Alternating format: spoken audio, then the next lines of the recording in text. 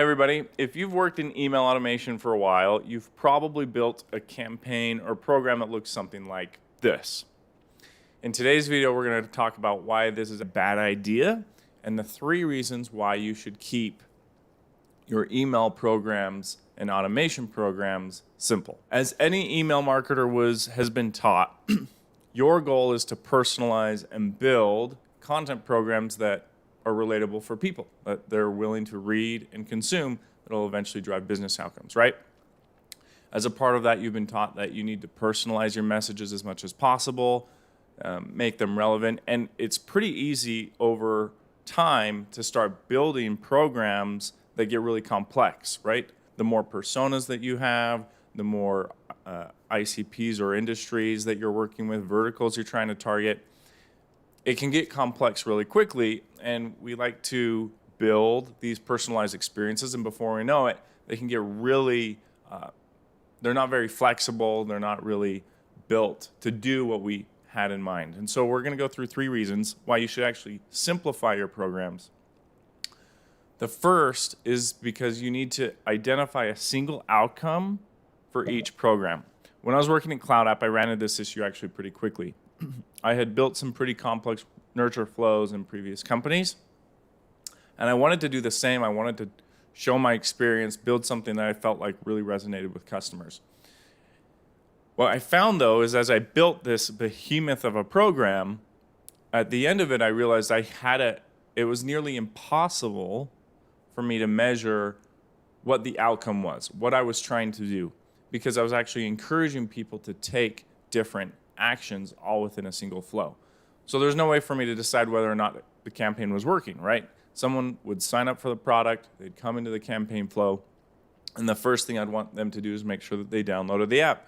And then after that, I was trying to make sure that they created a screenshot, and then that they recorded a video, and that they made an annotation. I had all of those touch points within a single campaign, so when I started pulling reports, there was no way for me to know. If I looked at, quote, conversions, how did I know they actually progressed down that funnel in building habit or retention? This could work for a B2B company too, right? Like if I'm just trying to build a demo, but somebody signs up for my newsletter or a nurture path, let's say I've got like a 10 email sequence in there, and each email is driving a different action. One email is trying to get them to an event, one email is trying to get them to sign up for a webinar, one email is trying to get them to submit a demo request or talk to our sales team. The touch points in that campaign are all pushing towards different outcomes. And that makes it really complex. It makes it difficult to measure, and it makes it difficult to focus the messaging on what you're trying to get your contact to do. Okay, reason number 2 to keep your email automation program simple is to help with organization and documentation. This point's going to be a really simple one. Every email automation system has a lot of components into it, right? You've got your programs, you've got your emails, your forms, your landing pages, not to mention your image assets, your dynamic pieces of content. There's a lot to organize. The more complex you build that infrastructure, it's difficult to keep track of what's going on.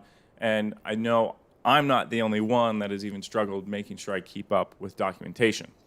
So as we build, as we document the processes, flows, and campaigns that we're building, it's much easier to document those things when it's simple.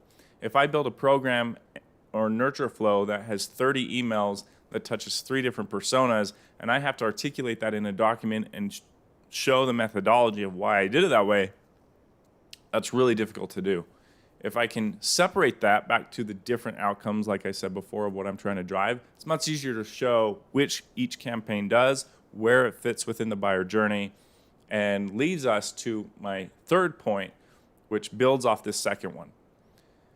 The 3rd reason to keep your email automation simple is because there's somebody that's going to come after you, which means they're probably going to read that documentation that you put in place. And if you have something that's overly complex and difficult to understand, they're likely to come in and say, oh, well, I have no idea what's going on. I'm just going to blow the whole thing up and start all over. That can be really costly for a business. It takes a lot of time, and there's unnecessary work for something that may be working just fine. On the other hand, if you've kept things simple and tight and flexible, they can identify specific parts that they want to change as opposed to blowing up the whole thing. And it's much easier for them to comprehend as they, drink through the fire hose of a new job and what it takes to get on board. So do the employee that's going to take your spot a favor. Keep things simple with that documentation so when they come in, it's easy for them to get on board, understand what's going on, and start improving off the work that you built. So those are the 3 reasons that I have to keep your email automation program simple. There's a bunch more. If you have others, please include them in the comments. I'd love to hear and get a discussion going. Until the next video, see ya.